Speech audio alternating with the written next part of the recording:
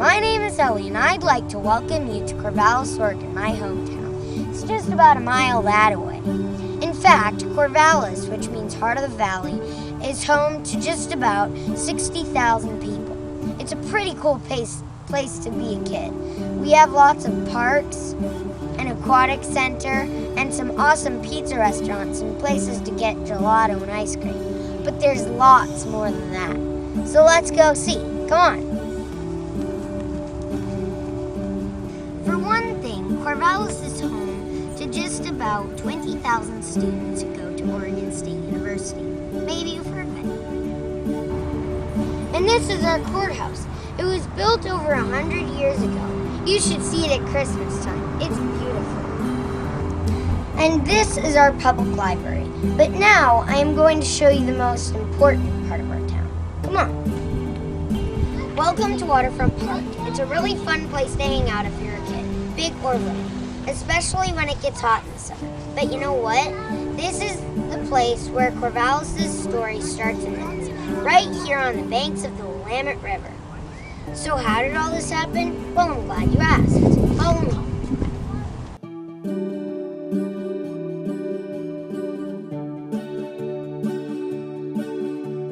For thousands of years, the Kalapuya Indians lived in this valley and thrived.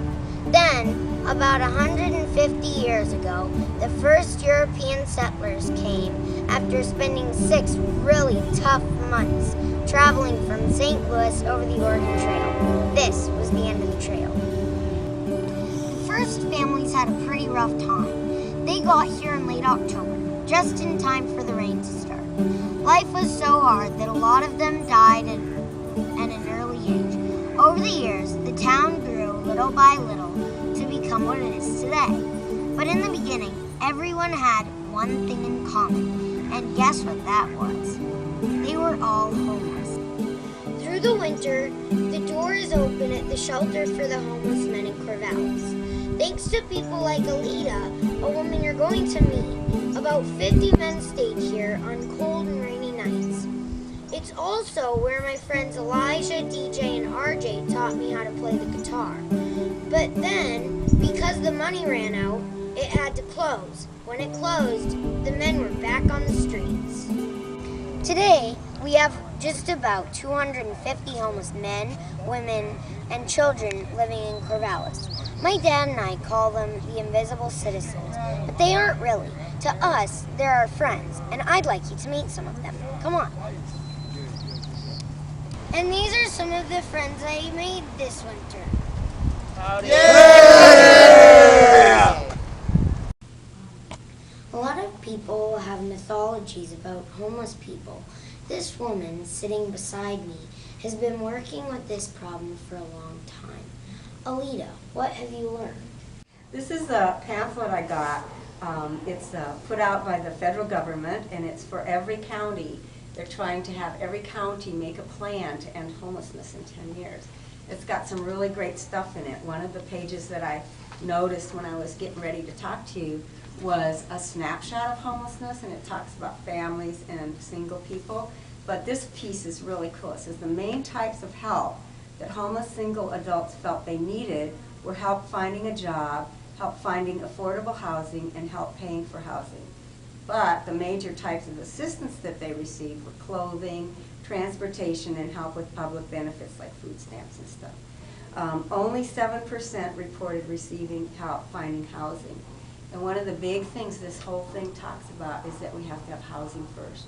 It may seem like a luxury, but that without housing first, all the other pieces of the puzzle never get fixed. And so it's actually less expensive to find housing and accompany people through this troubling time than it is just to ignore the housing. So, interesting. That and healthcare.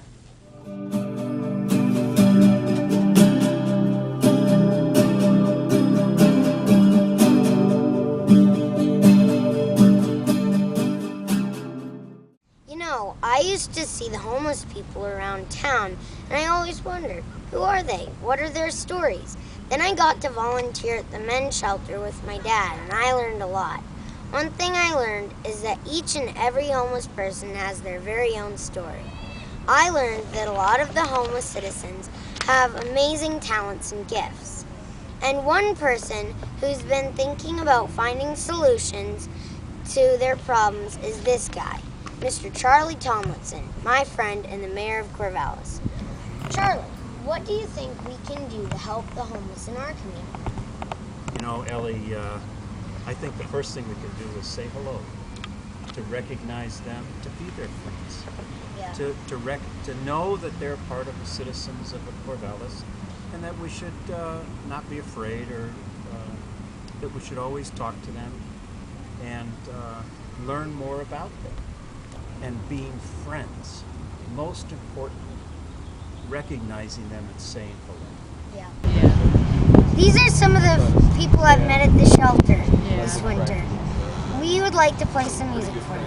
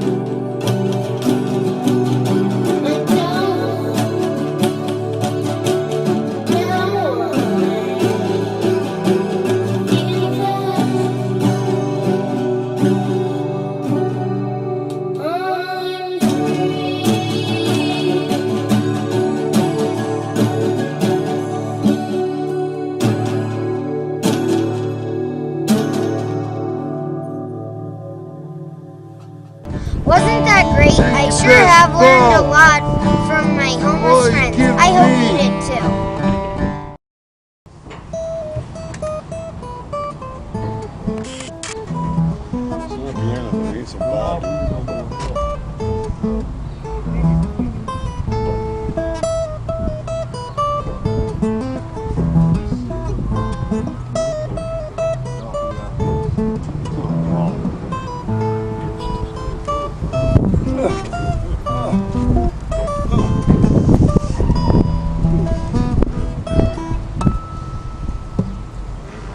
You're not done yet. You ain't finished yet.